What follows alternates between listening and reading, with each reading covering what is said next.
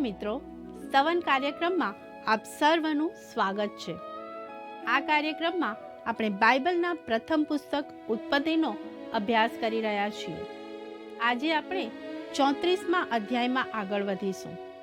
આજના શાસ્ત્ર ભાગમાં આપણે જોઈશું કે યાકૂબ તેના બાળકો સાથે શેકેમ આવે છે અને તેની દીકરી દીના સાથે ખરાબ વર્તન કરવામાં આવે છે, પણ યાકૂબે તેના ઘરના વડીલ તરીકે ઘરની આગેવાની લીધી નહીં।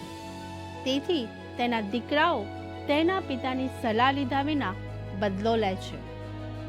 યાકૂબે પોતાના પુત્રોને છેતરપિંડી કરવાથી અટકાવવાના હતા, પણ તે કરી ના શક્યો। તેથી તેના કેવા પરિણામ આવ્યા તે આપણે જોઈશું। તે ઉપરાંત માત્ર સામાન્ય રીત રિવાજો અનુસરવાથી ઈશ્વર સાથે સંબંધ સારો થઈ જતો નથી, તે પણ આપણે શીખીશું। તો ચાલો આજના અભ્યાસની શરૂઆત કરીએ।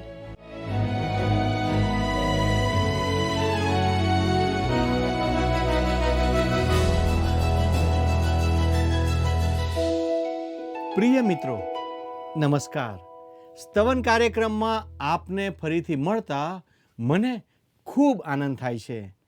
આપ સર્વ નિયમિત રીતે અમારો આ કાર્યક્રમ નિહાળો છો અને આપના સુંદર પ્રતિભાવો દ્વારા અમને પ્રોત્સાહન પૂરું પાડો છો, તે બદલ અમે આપના ઋણી છીએ। અમને આશા છે કે અમારું આ શિક્ષણ આપને માટે ઉપયોગી બની રહ્યું હશે।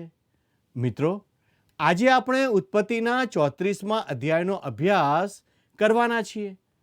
યાકૂબ શેકેમ આવીને રોકાયો અને નગરની બહારના સુંદર નાના સ્થાને તે આવ્યો હતો। તે સમયની સંસ્કૃતિથી પરિચિત થવા યાકૂબ પ્રયત્ન કરી રહ્યો હતો, પણ તે સ્થળ સારું ન હતું અને ઈશ્વર પણ તેને આ સ્થળથી અલગ કરવા ઈચ્છતા હતા। મિત્રો, જો તમે આ અધ્યાય વાંચશો તો તમને લાગશે કે ઈશ્વર તેને તે સ્થળથી દૂર કરે તે વધારે સારું હતું। આવો ઉત્પત્તિ 34 અને 1 વાંચીએ। અને લેઆની દીકરી દીના, જે તેને યાકૂબથી થઈ હતી, તે દેશની સ્ત્રીઓને મળવા નીકળી। મિત્રો, અહીં યાકૂબની દીકરી દીના શેકેમ નગરની છોકરીઓને મળવા જાય છે। મિત્રો, બીજી કલમમાં લખ્યું છે, હમોરના દીકરા શેકેમે તેના પર બળાત્કાર કર્યો। વહાલાઓ, પાપને માટે સ્પષ્ટ શબ્દ હોવા જોઈએ। એક સમય હતો કે જ્યારે પાપને પાપ જ કહેવાતું હતું। ઈશ્વર પાપને પાપ જ કહે છે। મિત્રો, ઉત્પત્તિ 34, 3 અને 4માં લખ્યું છે, અને યાકૂબની દીકરી દીના પર તેનું દિલ ચોંટી ગયું ને તેણે તે છોકરી પર પ્રેમ કર્યો ને તેની સાથે હેતથી બોલ્યો। અને શેકેમે તેના બાપ હમોરને કહ્યું કે આ છોકરી સાથે મારું લગ્ન કરાવી આપ। મિત્રો, આ બતાવે છે કે હમોરનો છોકરો શેકેમ દીના સાથે પ્રેમમાં હતો અને તે તેની સાથે લગ્ન કરવા ઈચ્છતો હતો। મિત્રો, ઉત્પત્તિ 34, 5-7 કલમ જણાવે છે, અને યાકૂબે સાંભળ્યું કે મારી દીકરી દીનાની તેણે આબરૂ લીધી છે અને તેના દીકરા ખેતરમાં ઢોરની પાસે હતા, અને તેઓના આવ્યા સુધી યાકૂબ છાનો રહ્યો। અને શેકેમનો બાપ હમોર યાકૂબની સાથે વાતચીત કરવાને તેની પાસે ગયો, અને યાકૂબના દીકરાઓ એ સાંભળીને ખેતરમાંથી આવ્યા, અને તેઓએ શોક કર્યો ને તેઓને બહુ રોષ ચડ્યો। પ્રિય મિત્રો, આપણે ચોક્કસ સંમત થઈશું કે આવું થવું જોઈતું ન હતું, પણ તે થયું, અને હવે તે છોકરો દીના સાથે લગ્ન કરવા માંગતો હતો। જ્યારે યાકૂબે તે સાંભળ્યું ત્યારે તેણે પોતાના પુત્રોના આવવાની રાહ જોઈ, અને તેઓએ લડી લેવા વિચારણા કરી। મિત્રો, યાકૂબે જે કરવું જોઈએ તે કરવાનું તેણે વિચાર્યું નહીં. જ્યારે શખેમનો પિતા હમોર તેની પાસે આવ્યો ત્યારે તે સ્પષ્ટ હતું કે તેને દીના પોતાના પુત્રની પત્ની તરીકે જોઈતી હતી. મિત્રો, યાકૂબ કદાચ તે માટે સંમત થઈ શક્યો હોત, કારણ કે તે બાબત આ સમયે સૌથી સારી હતી. પણ તેને જે રીતે હાથ ધરવામાં આવી તે કોઈ પણ રીતે યોગ્ય નહોતું અને ઈશ્વરે તેની મંજૂરી આપી ન હતી. મિત્રો, કલમ 8 થી 10 લખ્યું છે, અને હમોર તેઓની સાથે વાતચીત કરીને બોલ્યો કે મારા દીકરા, શખેમનો જીવ તમારી દીકરી પર મોહિત થયો છે.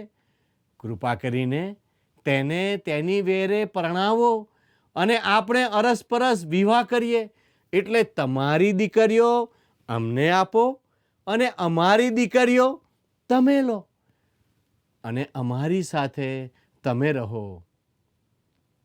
દેશ તમારી આગળ છે, તેમાં રહીને તમે વેપાર કરો ને તેમાં માલ મિલકત મેળવો.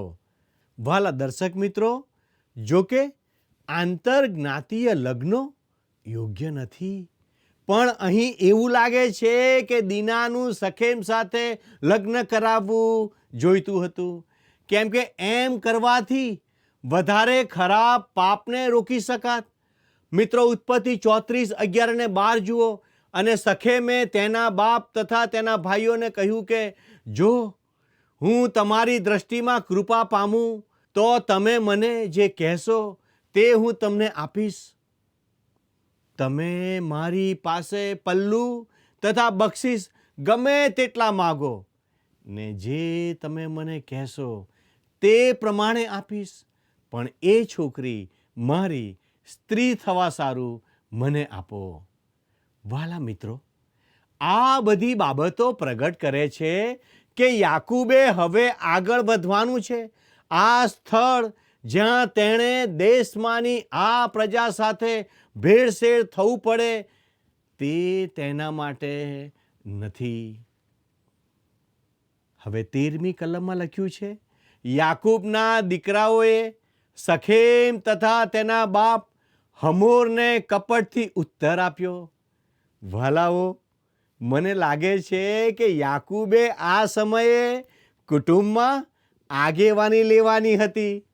સૌ પ્રથમ તેણે પોતાના પુત્રોને શખેમ અને હમોર સાથે છેતરપિંડી કરવાથી અટકાવવાના હતા.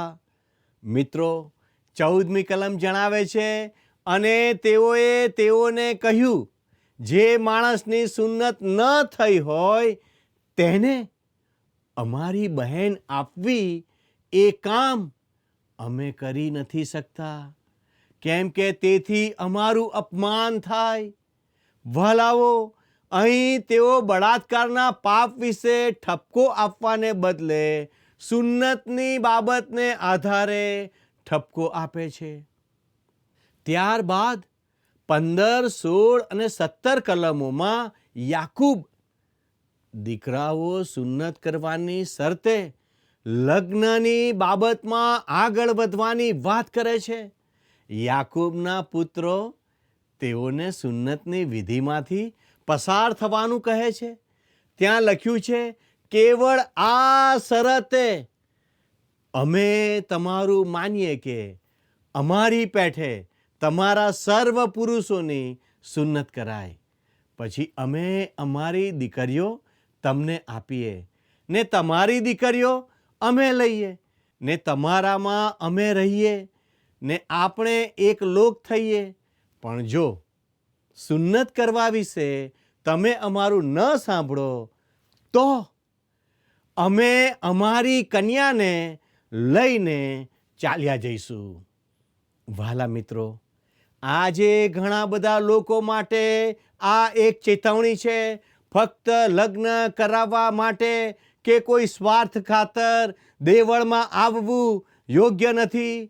ખ્રિસ્ત પરના વિશ્વાસ વગર તે નિરર્થક છે. ઘણા લોકો માટે ઈસુ ખ્રિસ્ત પરના વિશ્વાસનું કોઈ મૂલ્ય હોતું નથી. તેઓ એમ માને છે કે ફક્ત હા ના કહેવાથી કામ પતી જશે. પ્રિય મિત્રો, એવું નથી. ઈસુને પોતાના ઉદ્ધારનાર અને પ્રભુ તરીકે સ્વીકારવા અને વિશ્વાસ કરવો તે ખૂબ જ અજાયબ અનુભવ છે. વિશ્વમાં તેના જેવો અનુભવ બીજો એકેય નથી. જ્યારે તમે ઈસુ ખ્રિસ્ત ઉપર ઉદ્ધારનાર તરીકે વિશ્વાસ કરો છો ત્યારે તમારા જીવનમાં કંઈક બને છે. ફક્ત સ્વાર્થ માટે બનાવટી વિશ્વાસ કરનારને કોઈ લાભ થતો નથી. ઈસુ ખ્રિસ્ત પર અંગત વિશ્વાસ કરવાથી તમે અલગ વ્યક્તિ બની જાઓ છો. ઉત્પત્તિ 34:18 અને 19 લખ્યું છે, અને તેઓની વાત હમોર તથા હમોરના દીકરા શખેમને સારી લાગી, અને તે જુવાને તે પ્રમાણે કરવામાં વાર ન લગાડી, કેમ કે તે યાકૂબની દીકરી પર મોહિત થયેલો હતો, અને તે તેના બાપના ઘરમાં સર્વ કરતા માનીતો હતો.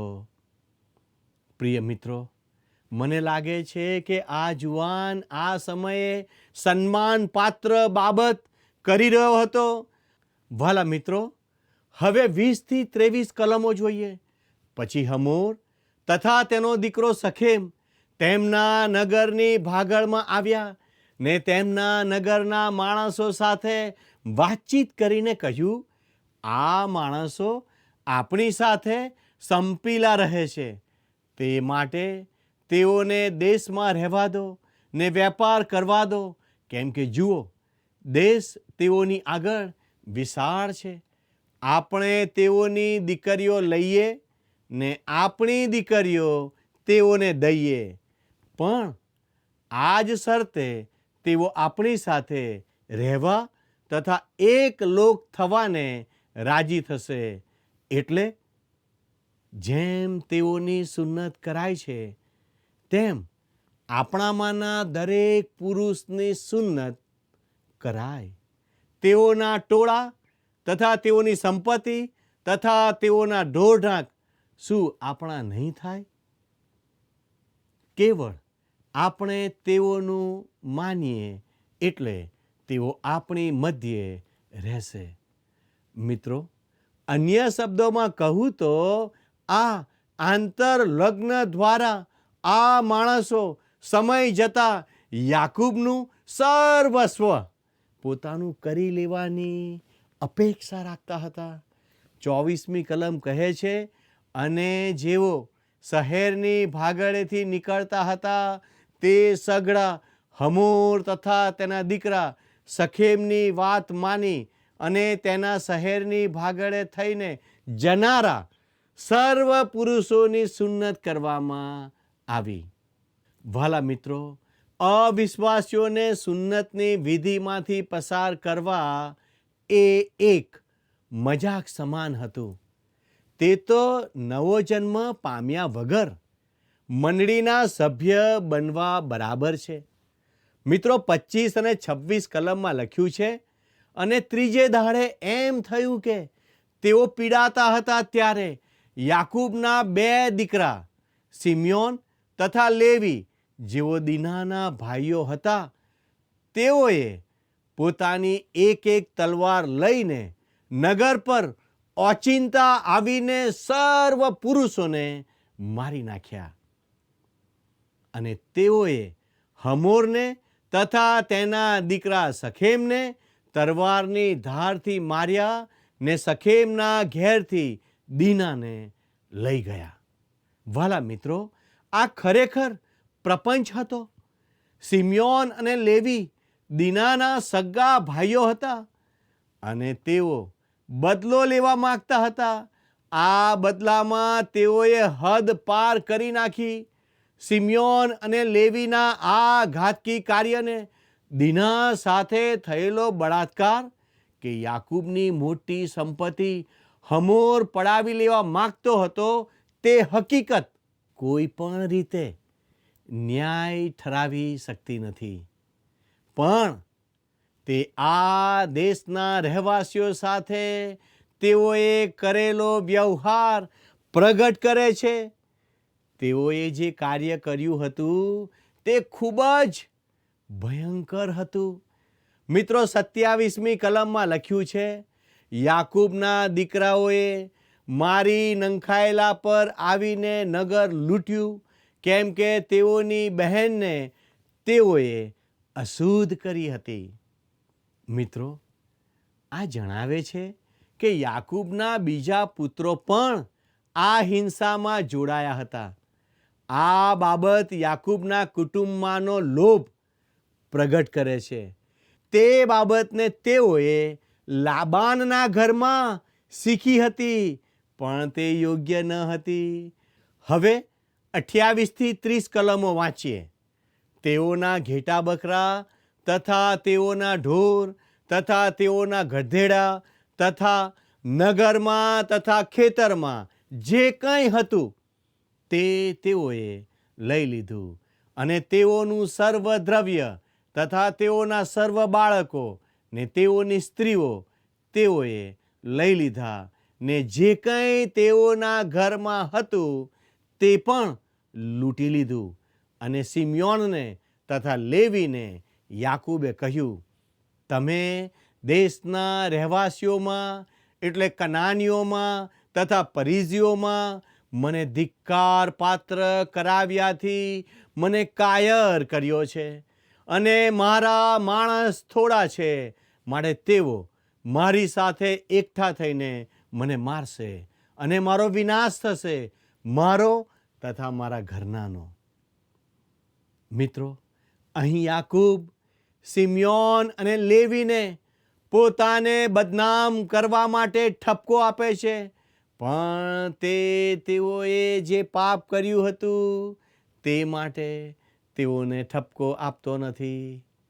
ઘણીવાર આપણે પણ આપણા પાપ અને ખરાબ કૃત્યો પ્રત્યે ખોટું દ્રષ્ટિબિંદુ ધરાવીએ છીએ. આપણે ફક્ત તે પાપની અસર કે પરિણામ વિશે જ વિચારીએ છીએ. આપણી આસપાસ પણ એવા લોકો છે કે જેઓ કેટલાક પ્રશ્નો વિશે યોગ્ય પગલું લેતા નથી. શા માટે? કદાચ જે નાના ટોળામાં તેઓ છે તે તેમનો સ્વીકાર ન કરે તે માટે. તેઓ ઈશ્વરના બાળક તરીકે તે અમારાથી થાય કે ન થાય તેની ચિંતા કરતા નથી. તેથી જ મિત્રો, આપણો સમાજ આજે સમાધાનકારી બની ગયો છે. વહાલા દર્શક મિત્રો, સત્ય માટે ઊભા રહેવું તે અજાયબ બાબત છે, અને જ્યારે આપણે તે માટે ઊભા રહીએ છીએ ત્યારે આપણને કોઈની સાથે સમાધાન કરવાની જરૂર નથી. હવે વૃદ્ધ યાકૂબ વૃદ્ધિ પામે છે, પણ જોઈએ તેટલી નહીં. હવે તેના દીકરાઓ પોતાનો બચાવ કરતા 31મી કલમમાં કહે છે, અને તેઓએ કહ્યું, તેઓ કસબણની સાથે વર્તે તેમ અમારી બહેન સાથે વર્તેશું.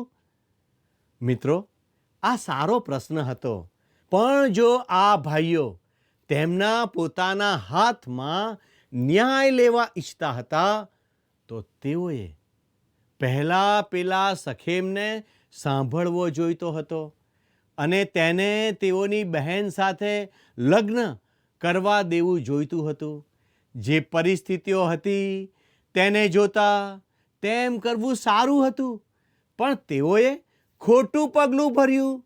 તે દેશના રહેવાસીઓની હિંસા કરવાનું પાપ કર્યા કરતા દીનાનું લગ્ન થવા દેવું સારું હતું. તેઓ કોઈ બચાવને યોગ્ય નહોતા.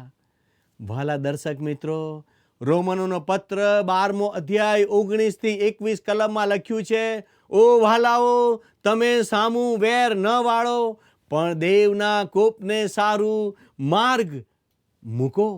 કેમ કે લખેલું છે કે પ્રભુ કહે છે કે વેર વાળવું એ મારું કામ છે, હું બદલો લઈશ. પણ જો તારો વૈરી ભૂખ્યો હોય તો તેને ખવાડ, જો તરસ્યો હોય તો તેને પાણી પા, કેમ કે એવું કરવાથી તું તેના માથા ઉપર ધગધગતા અંગારાના ઢગલા કરીશ. ભૂંડાથી તું હારી ન જા, પણ સારાથી ભૂંડાનો પરાજય કર. વાલા મિત્રો, રોમનોના પત્રનો 12મો અધ્યાય વિશ્વાસીઓ માટે અનુકરણની પદ્ધતિ છે. જો આપણે કોઈની સાથે બદલો લેવા કે આપવાનો પ્રયત્ન કરીએ છીએ તો તેનો અર્થ એવો છે કે આપણે વિશ્વાસથી ચાલતા નથી. આપણે એવું જાહેર કરીએ છીએ કે અમને ઈશ્વર પર ભરોસો નથી. યાકૂબ અને તેના પુત્રોએ જે ભયંકર કૃત્ય કર્યું તેને તમે યોગ્ય ઠરાવી શકતા નથી. તેઓએ પોતાની બહેન પ્રત્યેની લાગણીને લીધે તે કર્યું અને પરિણામે કુટુંબને શરમમાં મુકાવવું પડ્યું. યાકૂબ પોતાના પર આવી રહેલી ઘણી બધી આફતો જોવાની શરૂઆત કરી રહ્યો હતો. તેના પુત્રોને લીધે તેને પણ શરમમાં મુકાવવું પડ્યું. તે તેના પુત્રોને આવું કરતા રોકી શક્યો હોત, પણ એક પિતા તરીકે તે તેમાં નિષ્ફળ જાય છે. વહાલા દર્શક મિત્રો, વિચાર કરો કે શું આપણે આપણા બાળકોને યોગ્ય સમયે સાચી સલાહ આપીએ છીએ? શું આપણે તેઓને ખોટું કરતા રોકીએ છીએ કે પછી આપણે પણ તેમની સાથે ભાગીદાર બનીએ છીએ? મારા આ પ્રશ્નો પર બહુ ગંભીરતાથી વિચાર કરજો. વહાલા દર્શક મિત્રો, આવો આપણે પ્રાર્થના કરીએ. વહાલા પ્રભુજી, તમે એમને મદદ કરો કે પ્રભુ, અમે સામું વેર ન વાળીએ, પણ અમે તમારામાં વિશ્વાસ મૂકીને અમારા જીવનમાં આગળ ચાલીએ. અમારી આ પ્રાર્થના ઈસુના નામમાં માગીએ છીએ. આમેન. વહાલા દર્શક મિત્રો, મારો સમય હવે પૂરો થાય છે. અમારો આ કાર્યક્રમ આપને કેવો લાગ્યો તે અમને ચોક્કસ જણાવશો. અમારા પ્રતિનિધિ આપના ફોનની રાહ જોઈ રહ્યા છે, તેથી આપના પ્રતિભાવો અમને ચોક્કસ જણાવશો. ઈશ્વર આપને આશીષ આપો. આમેન.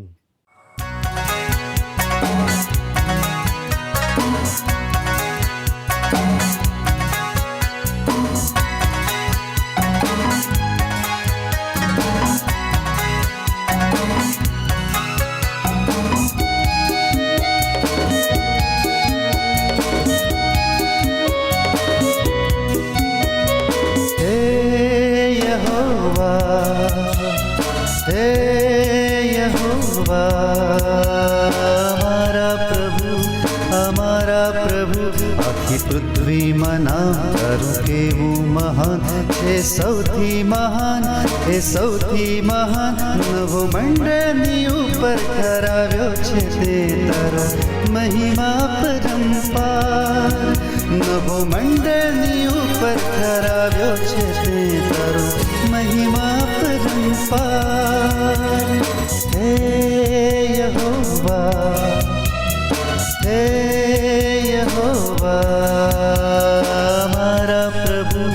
અમારા પ્રભુ, આખી પૃથ્વીમાં નામ તારું કેવું મહાન છે, સૌથી મહાન એ સૌથી મહાન. નવો મંડળની ઉપર કરાવ્યો છે તે તારો મહિમા પરંપાર. નવો મંડળની ઉપર કરાવ્યો છે તે તારો મહિમા પરંપાર.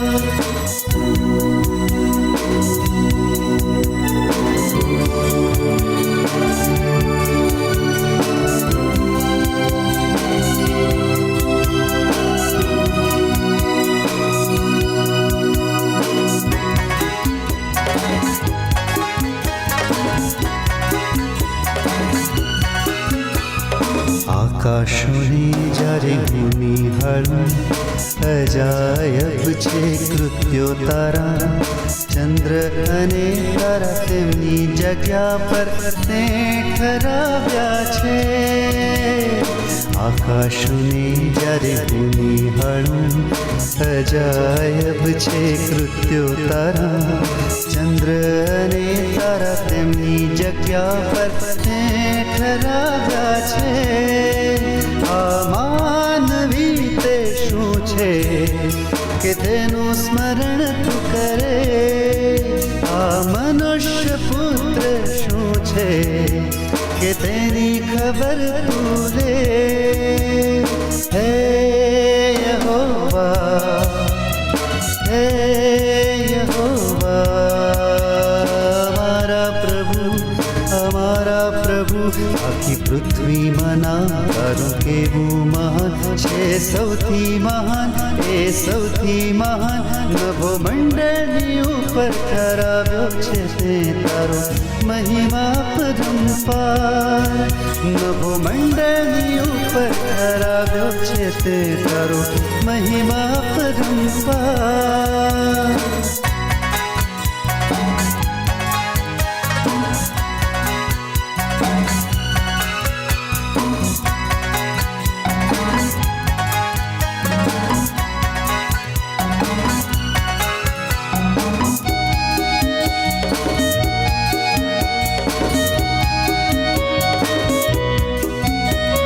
મનુષ્ય બનાવ્યો પૃથ્વી પર તે, દેવથી થોડો ઉતરતો. ગૌરવ તથા માન તે આપ્યું તેને સૌથી વધારે. મનુષ્ય બનાવ્યો પૃથ્વી પર તે, દેવથી થોડો ઉતરતો. ગૌરવ તથા માન તે આપ્યું તેને. મિત્રો, આજના પાઠમાં આપણે શીખ્યા કે યાકૂબ ઘરની આગેવાની આપવામાં નિષ્ફળ ગયો. તેથી તેના દીકરાઓએ તેના પિતાની સલાહ લીધા વગર ખોટું પગલું ભર્યું. તેમણે જે પાપ કર્યું હતું તે માટે યાકૂબ તેઓને ઠપકો આપતો નથી, પણ પોતાને બદનામ કરવા બદલ ઠપકો આપે છે. તેને તેઓએ તેમની ભૂલ બદલ શિક્ષા કરવી જોઈતી હતી.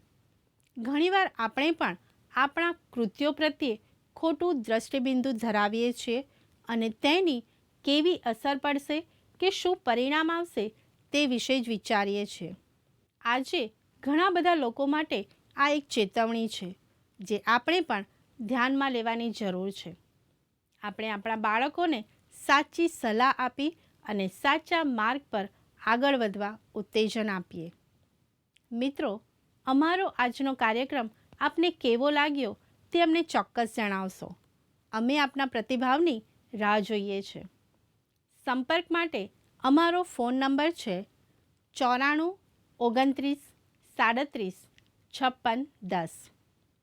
મિત્રો, આજનો પ્રશ્ન છે, શખેમ કોનો દીકરો હતો? એ. સિમ્યોન, બી. લેવી, સી. હમોર, ડી. યાકૂબ. મિત્રો, ગત પ્રશ્નનો જવાબ છે બી. લેઆ. મિત્રો, આજના પ્રશ્નનો જવાબ અને આપના પ્રતિભાવો અમને જલ્દીથી મોકલી આપશો. આભાર. શું તમને આ કાર્યક્રમ ગમ્યો? અત્યારે જ અમને મિસ કોલ કરો.